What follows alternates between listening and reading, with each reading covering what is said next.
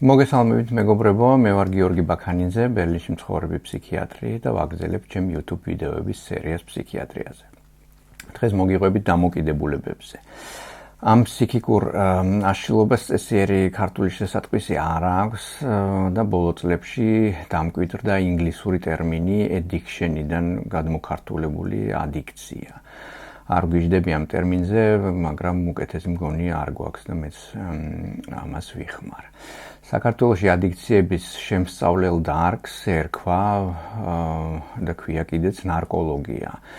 ამ ტერმინთან შედარებით ტერმინი ადიქცია უფრო მართებულია, რადგან ნარკოლოგია აღნიშნავს მხოლოდ ნარკოდამოკიდებულებას და უგულებელყოფს წამალდამოკიდებულებას, ლეგალურ ნივთიერებებზე დამოკიდებულებას და ქცევით დამოკიდებულებებს. ამათი ერთმანეთისგან გამოყოფა კი არ არის სწორი, რადგან ყველა დამოკიდებულებას ერთი და იგივე ნეირობიოლოგიური და ფსიქოლოგიური საფუძველი აქვს და ამიტომ ერთ აშლილობას წარმოადგენს. საქართველოში ნარკოლოგია გამოყოფილია ფსიქიატრიისგან და ცალკე სამედიცინო დისციპლინას წარმოადგენს. ამ გამოყოფას რა საფუძველი ჰქონდა კი მაქვს როდესღაც მოსმენილი, მაგრამ აღარ მახსოვს, ჩემზე უფროს ქართველ კოლეგებს ეცოდინებათ და იმათ უნდა ვკითხოთ. ყოველ შემთხვევაში ადიქციის თუ ადიქტოლოგიის ცალკე დისციპლინად გამოყოფას არანაირი საფუძველი არ აქვს და ყველა სხვა ქვეყანაში ის ფსიქიატრიის ნაწილი ან თუ გნებავთ ქვედარგი არის. ეხლა რა არის ადიქცია? ადიქცია სალაპარაკო ენაში როგორც წესი ფსიქიკურ აშლილობად არ მოიხსენიება ხოლმე, იმიტომ რომ ის კლასიკური გაგებით ფსიქიკურ აშლილობას არ ჰგავს. ამიტომ მას პირდაპირ თავის სახელით აღნიშნავენ ხოლმე, ანუ დამოკიდებულებად ან ადიქციად. ადიქციებში გამოყოფენ ნივთიერებაზე დამოკიდებულებებს და ქცევით დამოკიდებულებას. ნივთიერებებზე დამოკიდებულება შეიძლება იყოს მაგალითად ნარკოტიკზე, სამკურნალო საშუალებაზე ან სხვა ლეგალურ ნივთიერებაზე დამოკიდებულება. ქცევითი დამოკიდებულებების მაგალითებია ინტერნეტ დამოკიდებულება ან თამაშზე დამოკიდებულება, როგორც აზარტულზე, ისე არააზარტულზე. როგორც ზემოთ უკვე ვახსენე, ყველა ამ ადიქციის ფორმას აქვს ერთი და იგივე ფსიქიკური და ნეირობიოლოგიური საფუძველი, რასაც ქვემოთ კიდე შევეხები. ადიქციების ცენტრალურ მახასიათებელს წარმოადგენს ძლიერი, ზოგჯერ გადაულახავი სურვილი თუ ტოლვა ამა თუ იმ ნივთიერების ან ქცევისადმი. ყველას გაგიგიათ ალბათ ფსიქიკური და ფიზიკური დამოკიდებულება. ასე ასხვავებენ მაგალითად, რომ ზოგ ნარკოტიკულ საშუალებას უფრო ძლიერი ფიზიკური დამოკიდებულების გამოწვევა შეუძლია, ზოგს ნაკლების და ზოგი საერთოდ არ იწვევს მას. ეს ტერმინები ფსიქიატრიულ ენაშიც გამოიყენება, თუმცა ისინი მთლად ზუსტი არა, იმ თვალსაზრისით, რომ ეგრეთ წოდებულ ფსიქიკურ დამოკიდებულებასაც ბიოლოგიური, ანუ ფიზიკური საფუძველი აქვს. ადიქციების ნეირობიოლოგია საკმაოდ რთულია და მასში თითქმის ყველა ნეიროტრანსმიტერი და ტვინის სტრუქტურა არის ჩართული. თუმცა ცენტრალური როლი უკავია ეგრეთ წოდებულ award systems, ანუ დაჯილდოების სისტემას. არ ვარ დარწმუნებული, რომ ეს ზუსტი თარგმანია, მაგრამ უკეთესი ვერ მოვიფიქრე. ეს არის ბაზალურ განგლიებში განთავსებული სტრუქტურების, როგორებიცაა ნუკლეუს აკუმბენს და სხვა ვენტრალურ სტრიატუმის ნაწილები, ვენტრალური ტეგმენტუმის და სუბსტანცია ნიგრასგან შემდგარი სისტემა. ეს ყველაფერი არის ნეიროანატომიური ტერმინები და აღნიშნავს თავის ტვინში ქერქქვეშა სტრუქტურებს. და აი ამ სტრუქტურებში ნეიროტრანსმიტერის წარმოადგენს დოპამინი. მათრობელი ნივთიერებების მიღების შედეგად წარმოქმნილ ეიფორიას თან ახლავს ამ დაჯილდოების სისტემაში დოპამინის გამოყოფა. დოპამინი არ განაპირობებს უშუალოდ ამ ეიფორიას, ამ ეიფორიის შეგრძნებას, არამედ მის მოლოდინს და მის სურვილს განაპირობებს. ასე რომ სწორედ დოპამინის ამ სისტემაში აქტივობა წარმოადგენს ზემოხსენებული ფსიქიკური დამოკიდებულების ბიოლოგიურ სუბსტრატს. ამ სისტემაში ხდება აგრეთვე ადიქციური მეხსიერების, ქცევის ავტომატიზმის და ქცევის განმეორებადობის წარმოშობაც. რაც უფრო ხშირად მოიხმარს ადამიანი მათრობელ ნივთიერებას, მით უფრო ღრმავდება დოპამინის დისბალანსი ამ სისტემაში. ამ დისბალანსს იქამდე მივყავართ, რომ დამოკიდებულ ადამიანს ფხიზელ მდგომარეობაში დაჯილდოების სისტემაში დაბალი დოპამინის დონე აღენიშნება, რაც იწვევს ანჰედონიას, ანუ უემოციობას, ან ემოციების განცდის უუნარობას. ამის გამო ის იძულებულია ისევ და ისევ ხელოვნურად მათრობელი ნივთიერების საშუალებით გამოიწვიოს დოპამინის სტიმულაცია, იმისთვის რომ თავი აარიდოს ანჰედონიის საკმაოდ უსიამოვნო მდგომარეობას. ამიტომ ნივთიერებების მოხმარების ორ სტადიას განასხვავებენ. პირველ სტადიას პირობითად უწოდებენ სიამოვნების სტადიას, როდესაც ქცევას აქვს პოზიტიური მოტივატორი, ეს არის ნივთიერებისგან მიღებული ეიფორია. ამ დროს ქცევაზე, ანუ ნივთიერების მოხმარებაზე კონტროლი ჯერ არსებობს. და მეორე სტადიას, ეგრეთ წოდებულ მოთხოვნილების ან ადიქციის სტადიას, როდესაც ქცევის მოტივატორი არის ნეგატიური, კერძოდ უსიამოვნო მდგომარეობისთვის თავის არიდება. ამ დროს ქცევაზე კონტროლი აღარ არსებობს, ან დაქვეითებულია და დამოკიდებულება ჩამოყალიბებულია. ეს ზემოთ აღწერილი მექანიზმები არის ყველა ადიქციისთვის დამახასიათებელი, მათ შორის ქცევითი ადიქციებისთვისაც და ეს მექანიზმი არის იმ ფენომენის ბიოლოგიური საფუძველი, რომელსაც ფსიქიკური დამოკიდებულება ჰქვია. ეხლა რაც შეეხება ფიზიკურ დამოკიდებულებას. ფიზიკური დამოკიდებულება პრინციპში სხვა არაფერია თუ არა ნივთიერების მიმართ ტოლერანტობის მომატება.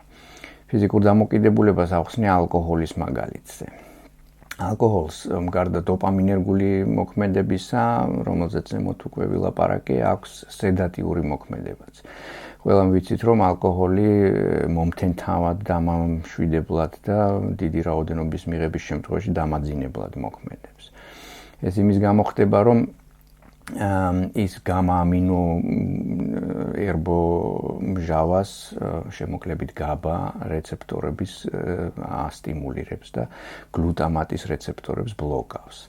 მოკლედ და მარტივად რო ვთქვათ, გლუტამატი არის აღმგზნები ნეიროტრანსმიტერი და GABA შემაკავებელი. ამიტომ ალკოჰოლი GABA-ს სტიმულირებით და გლუტამატის დაბლოკვით აძლიერებს შემაკავებელ სისტემას თავის ტვინში და მოქმედებს სედატიურად. როდესაც ალკოჰოლი რეგულარულად მიეწოდება ცენტრალურ ნერვულ სისტემას, ტვინი ცდილობს ამ დისბალანსის გაწონასწორებას და ერთი მხრივ ნეირონულ სინაფსებში ამრავლებს გლუტამატის რეცეპტორებს და მეორე მხრივ ამცირებს GABA რეცეპტორებს. ამას მოყვება ის, რომ ადამიანმა მიღებული ალკოჰოლის დოზა უნდა გაზარდოს იმისთვის, რომ იგივე ეფექტს მიაღწიოს, რასაც მოხმარების დასაწყისში მცირე რაოდენობით აღწევდა. ეს ხდება ტოლერანტობის გაზრდა. ანუ ამ სტადიაში ადამიანი ბევრად მეტ ალკოჰოლს იტანს, ვიდრე არამსმელი ადამიანი. ეხლა რა ხდება თუ ეს ადამიანი ალკოჰოლის მიღებას შეწყვეტს? ამ შემთხვევაში მისი ტვინისთვის ახალი რეალობა დგება, როდესაც ალკოჰოლის დამამშვიდებელი მოქმედება ქრება, ხოლო ნეირონულ სინაფსებში ისევ იგივე სიტუაცია, ანუ დიდი რაოდენობით გლუტამატის რეცეპტორები და შემცირებული რაოდენობით GABA რეცეპტორები არის. ანუ ისევე იქნება ნეიროტრანსმიტერული დისბალანსი, ოღონდ თუ მანამდე ეს დისბალანსი თუ ეს ბალანსი ნელ-ნელა იცვლებოდა, ეხლა შებრუნებული დისბალანსი სწრაფად იქმნება, იმიტომ რომ ალკოჰოლის მიღება ერთბაშად შეწყდა.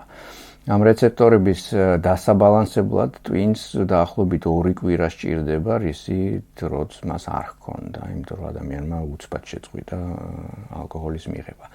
ეხლა რა ხდება ამ დროს? გლუტამატის რეცეპტორების სიჭარბის და GABA რეცეპტორების სიმცირის გამო თავის twinში ჭარბობს აღმგზნების სისტემა, რაც კლინიკურად ვლინდება აწეულ გაღიზიანებადობაში, ფორიაქში, შფოთვაში, ძილის დარღვევაში და დისფორიაში.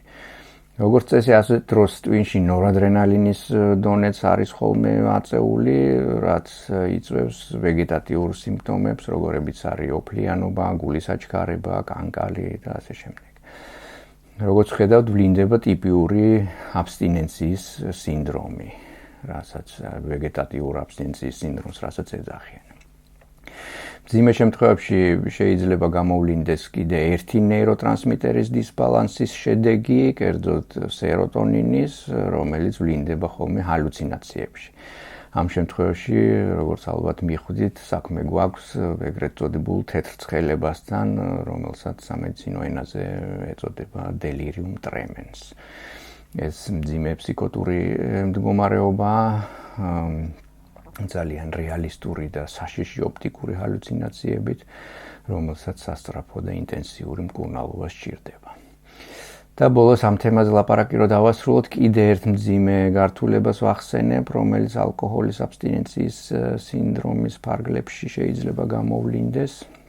ეს არის გენერალიზებული ეპილეფსიური გულღრა. ეს იმის შედეგი არის ხოლმე, რომ ალკოჰოლი GABA ერგული მოქმედებით ამაღლებს ეპილეფსიური გულღრის ზღურულს, ანუ ალკოჰოლს ეპილეფსიური გულღრისგან დამცავი თვისება აქვს. როდესაც ალკოჰოლის ხანგრძლივი მიღების შემდეგ მას უეცრად მოუხსნით, შეიძლება ამითი გულღრის პროვოცირება მოხდეს ისეთ ადამიანებშიც, რომლებსაც ეპილეფსია არ აქვთ. ფიზიკური დამოკიდებულების განვითარებაში, რა თქმა უნდა, მარტო GABA-ს და გლუტამატის სისტემები არ არის ჩართული. თუ ვთქვათ, ჰეროინზე დამოკიდებულებაზე ვლაპარაკობთ, აქ ოპიოიდურ სისტემაში ყალიბდება მსგავსი დისბალანსი. ხოლო ფსიქიკური დამოკიდებულების საფუძველი ყველა ნივთიერების თუ ქცევითი დამოკიდებულების დროს არის დოპამინის სისტემის დისბალანსი ზემოთხსენებულ twin-ის სტრუქტურებში. კარგით, ეხლა მოკლედ დიაგნოსტიკაზე. ადიქციების დიაგნოსტიკა ხდება კლინიკური ინტერვიუების შედეგად, საერთაშორისო კლასიფიკაციების კრიტერიუმებზე დაყრდნობით და ასევე არსებობს მრავალი სკრინინგის ინსტრუმენტი, რომელთა საშუალებითაც შეგიძლიათ საკუთარი მოხმარების შეფასება. ალკოჰოლისთვის მაგალითად არსებობს კარგი თვითშეფასების ინსტრუმენტი, რომელიც გერმანულ გაიდლაინებშიც არის შესული. ეს ინსტრუმენტი საკმაოდ კარგად აფასებს მოხმარების ტიპს და გვეუბნება ვართ თუ არა რისკის ზონაში. აქ ალკოჰოლს ვუსვამ ხაზს, იმიტომ რომ საქართველოში მისი მოხმარება კულტურულ ტრადიციული თვალსაზრისით განსაკუთრებით მიღებულია და ამავე დროს კრიტიკას მოკლებული, ჩემი აზრით. ამიტომ ხშირად აღმოჩნდება ხოლმე, რომ ალკოჰოლის ის რაოდენობა, რაც საზოგადოებაში ნორმად მიიჩნევა, სინამდვილეში მომატებული რისკის მოხმარებად ფასდება, რაც თავისთავად ასოცირებულია ადიქციის და თანმდევი დაავადებების განვითარების მაღალ რისკთან.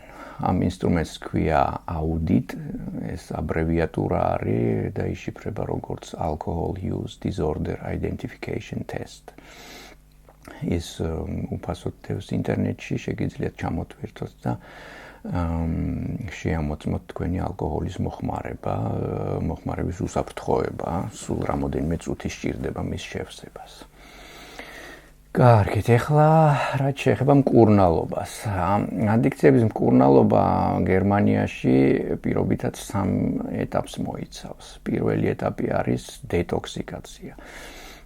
ის როგორც წესი ფსიქიატრიულ კლინიკებში არსებული ადიქციის განყოფილებებში ტარდება და მდგომარეობს მოხმარებული ნივთიერებისგან დისტანცირებაში.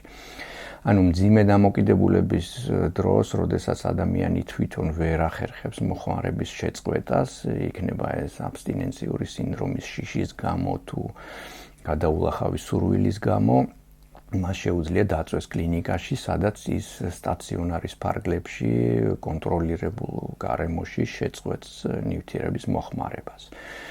იმის დამიხედვით თუ რომელი ნივთიერების მოხმარებას წყვეტს ადამიანი, მას შეიძლება სხვადასხვა აბსტინენციის სიმპტომი გამოუვლინდეს და კლინიკაში ამ სიმპტომების მკურნალობა ხდება. ალკოჰოლის აბსტინენციის დროს ალკოჰოლის აბსტინენციის სინდრომის შემთხვევაში ვეგეტატიურ სიმპტომებს მკურნალობენ დამამშვიდებლებით, ვეგეტატიურ და ფსიქიატრიულ სიმპტომებს გულისხმობ დამამშვიდებლებით, აგრეთვე პაციენტებს აძლევენ ეპილეფსიური კრუნჩხვის საწინააღმდეგო დამცავ პრეპარატებს და თუ განვითარდა დელირიუმი, ხდება შესაბამისად მისი მკურნალობაც. დეტოქსიკაცია როგორც წესი მოკლევადიანი მკურნალობა არის ხოლმე და გრძელდება 10 დღიდან 3 კვირამდე იმის და მიხედვით თუ რამდენად მძიმე აბსტინენციის სინდრომი გამოვლინდა. დეტოქსიკაციის დამთავრების შემდეგ ადამიანი თავისუფალია მოხმარებისგან, მაგრამ მისი ადიქცია ჯერ არ არის ნამკურნალები. ის ისევე დამოკიდებული მოხმარებულ ნივთიერებაზე, როგორც მანამდე. თუ მკურნალობა ამ ეტაპზე შეწყდა, რეციდივის საშიშროება ძალიან მაღალია. დეტოქსიკაცია შეიძლება ამბულატორიულადაც გაკეთდეს, ანუ ყველა შემთხვევაში სტაციონარი არ არის საჭირო, ხშირად ადამიანები თვითონ ახერხებენ მოხმარების შეწყვეტას, მით უმეტეს თუ აბსტინენციის სინდრომი სუსტად არის გამოხატული. მეორე ეტაპი არის უშუალოდ დამოკიდებულებების მკურნალობა. ეს მკურნალობები ტარდება როგორც წესი ქალაქგარეთ არსებულ სპეციალიზებულ კლინიკებში. ესენია სწორედ ის ეგრეთ წოდებული რეჰაბები. ეს ტერმინი ქართულში ინგლისურენოვანი ქვეყნებიდან შემოვიდა. გერმანიაში რეაბილიტაციური კლინიკების ქვეშ როგორც წესი სხვა რაღაცა მოიაზრება ხოლმე, ამიტომ ის ეკვივალენტურად არ გამოიყენება ეს ტერმინი. ეს მკურნალობა დაახლოებით 3 თვე გრძელდება და მოიცავს ფსიქოთერაპიას, დასაქმებით თერაპიას, ფსიქოედუკაციას და ასე შემდეგ. ეს ძალიან მნიშვნელოვანი ეტაპი არის ადიქციების მკურნალობაში, როდესაც პაციენტი ბევრს სწავლობს თვითონ დაავადებაზე და აქტიურად ცვლის თავის ქცევას. ადიქციების მკურნალობაში ზოგადად ძალიან მნიშვნელოვანი ადამიანის მოტივირება. ადრე ასეთი მიდგომა არსებობდა, რომ მოტივაცია არის ადიქციის მკურნალობის წინაპირობა. ანუ თუ არ გაქვს მოტივაცია, მაშინ მკურნალობის დაწყებას აზრიც არ აქვს. დღესდღეობით სხვანაირი მიდგომა არის, რომ მოტივაციის განვითარება და გამყარება არის სწორედ თერაპიის შემადგენელი ნაწილი და ერთ-ერთი მთავარი მიზანი. ეს ძალიან მნიშვნელოვანი რაღაცა არის. იმიტომ რომ როგორც წესი დამოკიდებულ ადამიანებს სამედიცინო სისტემასთან პირველი შეხების მომენტში ან საერთოდ არ აქვს აბსტინენციის მოტივაცია, ან ეს მოტივაცია ძალიან სუსტი და არასტაბილურია. ასეთ ადამიანს ჩვენ თუ პირობად დავუყენებთ, რომ უკვე ჩამოყალიბებული და მყარი მოტივაცია უნდა ჰქონდეს, ჩვენ მას დავკარგავთ როგორც პაციენტს და ის გააგრძელებს მოხმარებას. ამიტომ მნიშვნელოვანია, რომ პაციენტთან პირველივე კონტაქტიდან დავიწყოთ მოტივაციის გავღვივება და შემდეგ მთელი მკურნალობის განმავლობაში მის გამყარებაზე ვიმუშაოთ. ამ ეტაპის შემდეგ მოდის მკურნალობის მესამე სტადია, რომელიც გულისხმობს აბსტინენციის შენარჩუნებაზე მუდმივ მუშაობას. ეს წლები გრძელდება ეს სტადია და ხდება ხოლმე ისეთ თვითდახმარების ჯგუფებში, როგორებიც არის AA, ანუ Alcoholics Anonymous, ან NA, ანუ Narcotics Anonymous. არსებობს კიდე სხვა თერაპიული ჯგუფებიც, ესეთი ჯგუფები ბევრნაირია და სხვადასხვანაირად ორგანიზებული. მნიშვნელოვანია რომ ვიცოდეთ ერთი რამ, დამოკიდებულება არ ქრება უკვალოდ და მომწურავი და წარმატებული მკურნალობის შემდეგაც კი ადიქციის მქონე ადამიანს მთელი ცხოვრების განმავლობაში რჩება აწეული რისკი იმისა, რომ ის ისევ დაიწყებს მოხმარებას. ამიტომ არის რომ მაგალითად ალკოჰოლიზმით დაავადებულ ან თუნდაც მწვეველ ადამიანზე, რომელიც უკვე 20 წელია ალკოჰოლს თუ სიგარეტს არ გაკარებია, ვამბობთ რომ ეს ადამიანი არის ალკოჰოლდამოკიდებული ან ნიკოტინდამოკიდებული და ის 20 წელია აბსტინენციაშია და არ ვამბობთ რომ ეს ადამიანი ადიქციისგან განკურნებულია. როგორც ნახეთ გერმანიაში და საერთოდ დასავლურ ქვეყნებში რთული და მრავალეტაპიანი ადიქციების მკურნალობის პროგრამები არსებობს. ზოგადად ადიქციებთან ბრძოლისკენ მიმართული ძალისხმევა ამ ქვეყნებში კარგად არის დაფინანსებული და მრავალფეროვანია, დაწყებული პრევენციული ზომებით, დამთავრებული აბსტინენციის შენარჩუნებით, ხელშეწყობით. და მიუხედავად ამისა, დასავლეთ ქვეყნების საზოგადოებებში ადიქცია რჩება დიდ პრობლემად. ნაწილობრივ იმიტომ, რომ დამოკიდებულ ადამიანთა მხოლოდ მცირე ნაწილი მიმართავს კვალიფიციურ დახმარებას და ნაწილობრივ იმიტომ, რომ რეციდივების რისკი მაინც ამ ყველა ძალისხმევის მიუხედავად არის საკმაოდ მაღალი. ამიტომ გთხოვთ სერიოზულად მოეკიდოთ მათრობელი ნივთიერებების მოხმარებას იმისთვის, რომ თავი აარიდოთ ადიქციის განვითარებას. გისურვებთ ჯანმრთელობას, გმადლობთ ყურადღებისთვის და მომავალ შეხვედრამდე.